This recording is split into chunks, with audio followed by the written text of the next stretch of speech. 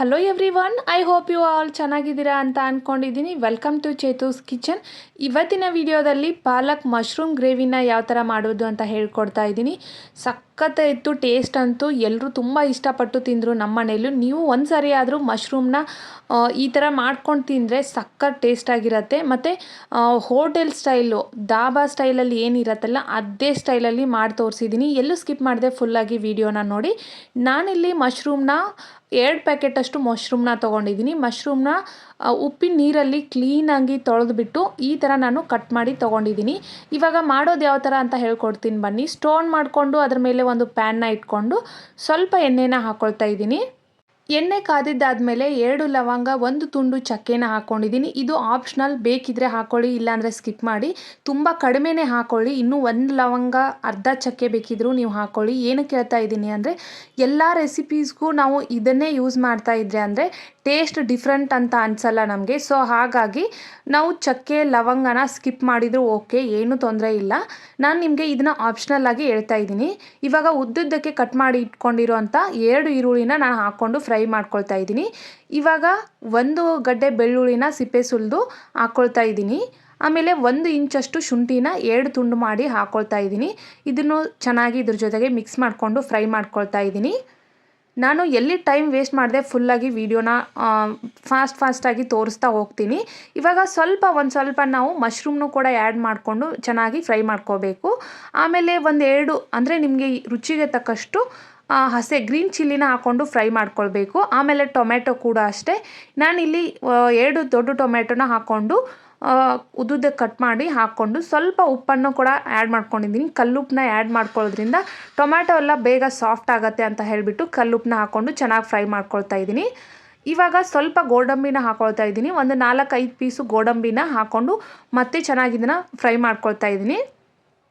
ಗೋಡಂಬಿನ ಹಾಕ್ಕೊಳ್ಳೋದ್ರಿಂದ ಒಂಥರ ದಾಬಾ ಸ್ಟೈಲಲ್ಲಿ ಟೇಸ್ಟ್ ಬರುತ್ತೆ. ಸೊ ಹಾಗಾಗಿ ನಾನು ಗೋಡಂಬಿನ ಹಾಕ್ಕೊಂಡಿದ್ದೀನಿ. ಇದೆಲ್ಲ ಹಾಕ್ಕೊಂಡು ಚೆನ್ನಾಗಿ ಫ್ರೈ ಮಾಡಿದ್ದಾದಮೇಲೆ ಎಲ್ಲ ಈರುಳ್ಳಿ ಆಮೇಲೆ ಟೊಮೆಟೊ ಎಲ್ಲ ಸಾಫ್ಟ್ ಆಗಿದ್ದಾದಮೇಲೆ ನಾನಿವಾಗ ಪಾಲಕ್ನ ಹಾಕ್ಕೊಳ್ತಾ ಇದ್ದೀನಿ. ಪಾಲಕ್ನ ಚೆನ್ನಾಗಿ ತೊಳೆದ್ಬಿಟ್ಟು ಇವಾಗ ಪಾಲಕ್ನ ಆ್ಯಡ್ ಮಾಡಿಕೊಂಡು ಇದನ್ನು ಕೂಡ ಚೆನ್ನಾಗಿ ಇದ್ರ ಜೊತೆಗೆ ಫ್ರೈ ಮಾಡ್ಕೊಂಡ್ರೆ ಏನಾಗುತ್ತೆ, ಪಾಲಕ್ಕೆಲ್ಲ ಫುಲ್ ಸಾಫ್ಟ್ ಆಗಿಬಿಡತ್ತೆ. ಅಲ್ಲಿವರೆಗೂ ನಾವು ಚೆನ್ನಾಗಿ ಫ್ರೈ ಮಾಡ್ಕೋಬೇಕು. ನನ್ನ ವಿಡಿಯೋ ನಿಮ್ಗೆ ಇಷ್ಟ ಆದರೆ please like, share and subscribe ಮಾಡ್ಕೊಳ್ಳಿ ಅಂತ ಪ್ರತಿಯೊಂದು ವಿಡಿಯೋದಲ್ಲಿ ಹೇಳ್ತೀನಿ. ಬಟ್ ನಿಜವಾಗ್ಲೂ ಏನು ಗೊತ್ತಾ, ಒಬ್ಬರು ಕೂಡ 1 ಲೈಕ್ನೂ ಕೂಡ ಮಾಡಲ್ಲ.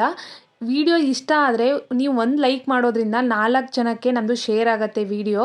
ಸೊ ಹಾಗಾಗಿ ಪ್ರತಿಯೊಬ್ಬರು ಯಾರಿಗಾದರೂ 1% ಇಷ್ಟ ಆದರೂ ನೀವು ಲೈಕ್ ಮಾಡಿ. ನಾವು ಒಂದು ವಿಡಿಯೋನ ಮಾಡೋದಕ್ಕೆ ಎಷ್ಟು ಸ್ಟ್ರಗಲ್ ಮಾಡಿರ್ತೀವಿ ಅಂತ ನಮಗೆ ಮಾತ್ರ ಗೊತ್ತು ಅದು.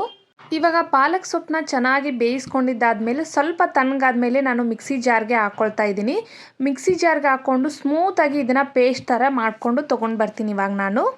ಇವಾಗ ಮಿಕ್ಸಿ ಮಾಡ್ಕೊಂಡಿದ್ದಾದಮೇಲೆ ನೆಕ್ಸ್ಟ್ ಪ್ರೊಸೀಜರ್ ಏನಂತ ಹೇಳ್ತೀನಿ. ನಾನಿವಾಗ ಸ್ಟವ್ ಆನ್ ಮಾಡಿಕೊಂಡು ಅದ್ರ ಮೇಲೆ ಒಂದು ಪಾತ್ರೆನ ಇಟ್ಕೊಳ್ತಾ ಇದ್ದೀನಿ. ಇವಾಗ ಒಗ್ಗರಣೆಗೆ ಬೇಕಾಗೋಷ್ಟು ಎಣ್ಣೆನ ಹಾಕ್ಕೊಂಡು ಸ್ವಲ್ಪ ನಾನು ಜೀರಿಗೆನ ಹಾಕ್ಕೊಳ್ತಾ ಇದ್ದೀನಿ. ಜೀರಿಗೆನ ಹಾಕ್ಕೊಂಡಿದ್ದಾದಮೇಲೆ 1 ಮೀಡಿಯಮ್ ಸೈಜ್ ಈರುಳ್ಳಿನ ಚಿಕ್ಕದಾಗಿ ಕಟ್ ಮಾಡಿ ಇಟ್ಕೊಂಡಿದ್ದೆ, ಅದನ್ನು ಇವಾಗ ಇದಕ್ಕೆ ಹಾಕ್ಕೊಳ್ತಾ ಇದ್ದೀನಿ. ಇವಾಗ ಮತ್ತೆ ನಾನು ಇದನ್ನು ಚೆನ್ನಾಗಿ ಫ್ರೈ ಮಾಡ್ಕೊಳ್ತಾ ಇದ್ದೀನಿ. ಈರುಳ್ಳಿ ಎಲ್ಲ ಫುಲ್ ಸಾಫ್ಟ್ ಆಗೋವರೆಗೂ ನಾನು ಫ್ರೈ ಮಾಡ್ಕೊಳ್ತಾ ಇದ್ದೀನಿ. ಇವಾಗ ಈರುಳ್ಳಿ ಎಲ್ಲ ಫುಲ್ ಸಾಫ್ಟ್ ಆದಮೇಲೆ 2 ಟೇಬಲ್ ಸ್ಪೂನಷ್ಟು ಧನಿಯಾ ಪೌಡರ್ನ ಹಾಕ್ಕೊಳ್ತಾ ಇದ್ದೀನಿ. 1 ಚಿಟಿಕೆ ಅರಿಶಿನ ಹಾಕ್ಕೊಳ್ತಾ ಇದ್ದೀನಿ. ಅರಿಶಿನ ಜಾಸ್ತಿ ಹಾಕ್ಕೊಳ್ಳೋದು ಬೇಡ. ಅಚ್ಚ ಖಾರದ ಪುಡಿನ 1/2 ಟೇಬಲ್ ಸ್ಪೂನ್ ಹಾಕ್ಕೊಳ್ತಾ ಇದ್ದೀನಿ, ಜಾಸ್ತಿ ಹಾಕ್ಕೊಳ್ಳೋದು ಬೇಡ. ಆಮೇಲೆ ಗರಂ ಮಸಾಲ 1 ಟೇಬಲ್ ಸ್ಪೂನಷ್ಟು ಹಾಕ್ಕೊಳ್ತಾ ಇದ್ದೀನಿ, ಯಾಕಂದರೆ ನಾವು ಆಲ್ರೆಡಿ ಗ್ರೀನ್ ಚಿಲ್ಲಿನ ಹಾಕ್ಕೊಂಡಿದ್ದೀವಲ್ಲ. ಸೊ ಹಾಗಾಗಿ 1/2 ಟೇಬಲ್ ಸ್ಪೂನು ನಾನು ರೆಡ್ ಚಿಲ್ಲಿ ಪೌಡರ್ನ ಹಾಕ್ಕೊಂಡಿದ್ದೀನಿ. ಆಮೇಲೆ ಅರಿಶಿನ ಕೂಡ ಅಷ್ಟೇ ಜಾಸ್ತಿ ಹಾಕ್ಕೊಳ್ಳೋದಕ್ಕೆ ಹೋಗಬಾರ್ದು, ಯಾಕಂದರೆ ಗ್ರೀನಾಗಿ ಬರಲ್ಲ, ಅದು ಯೆಲ್ಲೋಯಿಶ್ ಆಗಿ ಬರುತ್ತೆ. ಸೊ ಹಾಗಾಗಿ ಇವಾಗ ಇದನ್ನು ಕಂಪ್ಲೀಟಾಗಿ ಚೆನ್ನಾಗಿ ನಾವು ಫ್ರೈ ಮಾಡ್ಕೋಬೇಕು. ಫ್ರೈ ಮಾಡ್ಕೊಂಡಿದ್ದಾದಮೇಲೆ ಮಶ್ರೂಮ್ನ ನಾನು ಹಾಕ್ಕೊಳ್ತಾ ಇದ್ದೀನಿ ಇದಕ್ಕೆ. ಇವಾಗ ಎಲ್ಲ ಕಂಪ್ಲೀಟಾಗಿ ಮಶ್ರೂಮ್ನ ಹಾಕ್ಕೊಂಡಿದ್ದಾದಮೇಲೆ ನಾನು ಇದನ್ನು ಚೆನ್ನಾಗಿ ಫ್ರೈ ಮಾಡ್ಕೊಳ್ತಾ ಇದ್ದೀನಿ.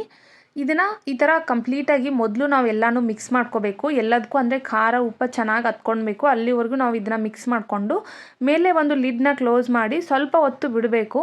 1 ನಿಮಿಷ ನೀವು ಬಿಟ್ಬಿಟ್ರೆ ಇದರಲ್ಲಿರೋ ನೀರೆಲ್ಲ ಆಚೆ ಬರುತ್ತೆ, ನೀರಿನ ಅಂಶ. ನೀವು ನೀರು ಹಾಕೋ ಅವಶ್ಯಕತೆನೇ ಬರಲ್ಲ, ಅಷ್ಟು ನೀರು ಇದು ತನ್ನಷ್ಟಕ್ಕೆ ತಾನೇ ಬಿಟ್ಕೊಳ್ಳುತ್ತೆ ಮಶ್ರೂಮು. ಇವಾಗ ಒಂದು ಲಿಡ್ ಕ್ಲೋಸ್ ಮಾಡಿ 1 ನಿಮಿಷ ಬೇಯಿಸ್ಕೊಂಡಿದ್ದಾದಮೇಲೆ ನೀವೇ ನೋಡ್ಬೋದು ಇವಾಗ ಮಶ್ರೂಮ್ ಎಲ್ಲ ಕಂಪ್ಲೀಟಾಗಿ ಸಾಫ್ಟ್ ಆಗಿದೆಯಾ ಇಲ್ವಾ ಅಂತ ನೋಡ್ಕೋಬೇಕು. ಇನ್ನೂ ಸ್ವಲ್ಪ ಗಟ್ಟಿಯಾಗಿದ್ದರೆ ಮತ್ತೆ ಒಂದು ಸಾರಿ ಲಿಡ್ನ ಕ್ಲೋಸ್ ಮಾಡಿಕೊಂಡು ಚೆನ್ನಾಗಿ ಸಾಫ್ಟ್ ಆಗೋವರೆಗೂ ನಾವು ಬೇಯಿಸ್ಕೋಬೇಕು. ಇವಾಗ ಮಶ್ರೂಮ್ ಸಾಫ್ಟ್ ಆಗಿದ್ದಾದಮೇಲೆ ನಾನು ಆಗಲೇ ಮಿಕ್ಸಿ ಮಾಡಿ ಇಟ್ಕೊಂಡಿದ್ನಲ್ಲ ಆ ಪೇಸ್ಟ್ನ ಇದಕ್ಕೆ ಆ್ಯಡ್ ಮಾಡ್ಕೊಳ್ತಾ ಇದ್ದೀನಿ. ಇದನ್ನು ಚೆನ್ನಾಗಿ ಎಲ್ಲನೂ ಮಿಕ್ಸ್ ಮಾಡಿಕೊಂಡು ಚೆನ್ನಾಗಿ ಕುದೀತಾ ಇರಬೇಕಾದ್ರೆ ನಾವು ಲಿಡ್ನ ಕ್ಲೋಸ್ ಮಾಡಿ ಮತ್ತೆ ಒಂದು 2 to 3 ಮಿನಿಟ್ಸ್ ನಾವು ಇದನ್ನು ಬೇಯಿಸ್ಕೋಬೇಕು. ಇವಾಗ ಕುದೀತಾ ಇರಬೇಕಾದ್ರೆ ಒಂದು ಲಿಡ್ನ ಕ್ಲೋಸ್ ಮಾಡ್ತೀನಿ. ಇವಾಗ ಲಿಡ್ನ ಕ್ಲೋಸ್ ಮಾಡಿಕೊಂಡು ನಾನು 2 ನಿಮಿಷ ಬೇಯಿಸ್ಕೊಳ್ತಾ ಇದ್ದೀನಿ. 2 ನಿಮಿಷ ಬೇಯಿಸ್ಕೊಂಡಿದ್ದಾದಮೇಲೆ ನೋಡ್ಬೋದು ನೀವು ಅಲ್ಲಲ್ಲೇ ಸ್ವಲ್ಪ ಸ್ವಲ್ಪ ಎಣ್ಣೆ ತನ್ನಷ್ಟು ತಾನೇ ಬಿಟ್ಕೊಳ್ತಾ ಇದೆ. ಅಂದರೆ ಗ್ರೇವಿಯಲ್ಲಿರೋ ಎಣ್ಣೆ ಆಚೆ ಬರ್ತಾ ಇರುತ್ತೆ. ಆವಾಗ ನಮಗೆ ಪರ್ಫೆಕ್ಟಾಗಿ ಬೆಂದಿದೆ ಅಂತ ಅರ್ಥ. ಇವಾಗ ಈ ಥರ ಕಂಪ್ಲೀಟಾಗಿ ಬೇಯಿಸ್ಕೊಂಡಿದ್ದಾದಮೇಲೆ ನಾನು ಇದಕ್ಕೆ 2 ಟೇಬಲ್ ಸ್ಪೂನಷ್ಟು ಗಟ್ಟಿಯಾಗಿರೋ ಮೊಸರನ್ನ ಹಾಕ್ತಾಯಿದ್ದೀನಿ. ಆಮೇಲೆ ಮಿಕ್ಸಿ ಜಾರ್ನ ಕೂಡ ತೊಳ್ಕೊಂಡ್ಬಿಟ್ಟು ಇದಕ್ಕೆ ಸ್ವಲ್ಪ ನೀರನ್ನು ಆ್ಯಡ್ ಮಾಡ್ಕೊಳ್ತಾ ಇದ್ದೀನಿ. ನೀವು ಫ್ರೆಶ್ ಆಗಿರಬೇಕು ಮತ್ತು ಗಟ್ಟಿಯಾಗಿರೋ ಮೊಸರನ್ನೇ ಹಾಕ್ಕೊಳ್ಬೇಕು. ಆಮೇಲೆ ನಿಮಗೆ ಎಷ್ಟು ಬೇಕಲ್ಲ ಅಷ್ಟು ನೀರನ್ನು ಕೂಡ ನೀವು ಇದಕ್ಕೆ ಸೇರಿಸ್ಕೋಬೋದು. ನಾನಿಲ್ಲಿ ಜಾಸ್ತಿ ನೀರು ಸೇರಿಸ್ಕೊತಾ ಇಲ್ಲ.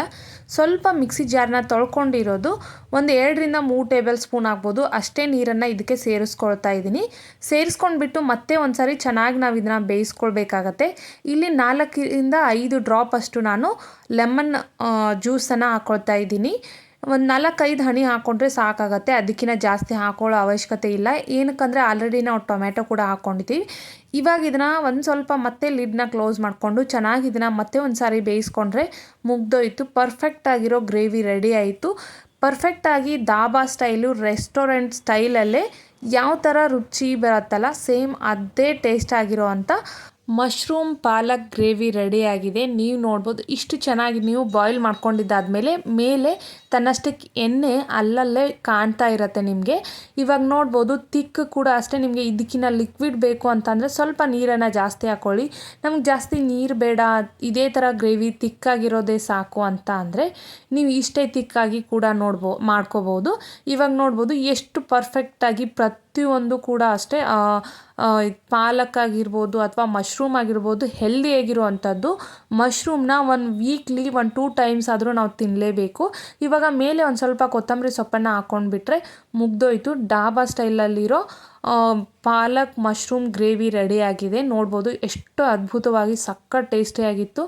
ನಮ್ಮ ಮನೆಯಲ್ಲಿ ಎಲ್ಲರೂ ತುಂಬಾ ಇಷ್ಟಪಟ್ಟು ತಿಂದರು. ಆಮೇಲೆ ಖಾರ ಕೂಡ ಅಷ್ಟೇ ಕರೆಕ್ಟಾಗಿತ್ತು. ತುಂಬ ಜಾಸ್ತಿ ಅಲ್ಲ, ತುಂಬ ಕಡಿಮೆ ಅಲ್ಲ, ಎಕ್ಸಾಕ್ಟಾಗಿತ್ತು. ತುಂಬ ಟೇಸ್ಟಿಯಾಗಿತ್ತು. ಹೆಲ್ದಿಯಾಗಿರೋ ರೆಸಿಪಿ ಕೂಡ. ಒಂದು ಸರಿ ಆದರೂ ನಿಮ್ಮ ಮನೇಲಿ ನೀವು ಕೂಡ ಈ ಥರ ಮಾಡಿಕೊಂಡು ತಿಂದು ಟ್ರೈ ಮಾಡಿ ನನಗೆ ಕಮೆಂಟ್ ಮಾಡಿ.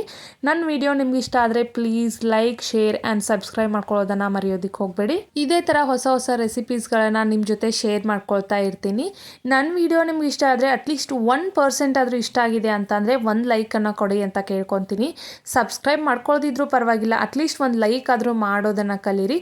ಒಬ್ಬರಿಗೆ ಒಂದು ಗ್ರ್ಯಾಟಿಟ್ಯೂಡ್ನ ಹೇಳ್ತಾ ಇದ್ದೀವಿ ಅಂತ ಅರ್ಥ. ನಾವು ಒಬ್ಬರಿಂದ ಒಂದು ಕಲ್ತಿದ್ದೀವಿ ಅಂತ ಅಂದರೆ ಒಂದು ಸ್ವಲ್ಪನಾದರೂ ನಮಗೆ ಅವ್ರ ಬಗ್ಗೆ ಗ್ರ್ಯಾಟಿಟ್ಯೂಡ್ ಇರಬೇಕು, ಒಂದು ಗುಡ್ ಫೀಲ್ ಇರಬೇಕು. ಸೊ ನಿಮ್ಮ ಒಂದು ಅಭಿಪ್ರಾಯ ನಮಗೆ ತುಂಬ ಮುಖ್ಯ ಆಗುತ್ತೆ. ಅದಕ್ಕೋಸ್ಕರ ಒಂದು ಲೈಕ್ ಕೊಡೋದನ್ನು ಮರೆಯೋದಕ್ಕೆ ಹೋಗಬೇಡಿ. Thanks for watching and bye bye.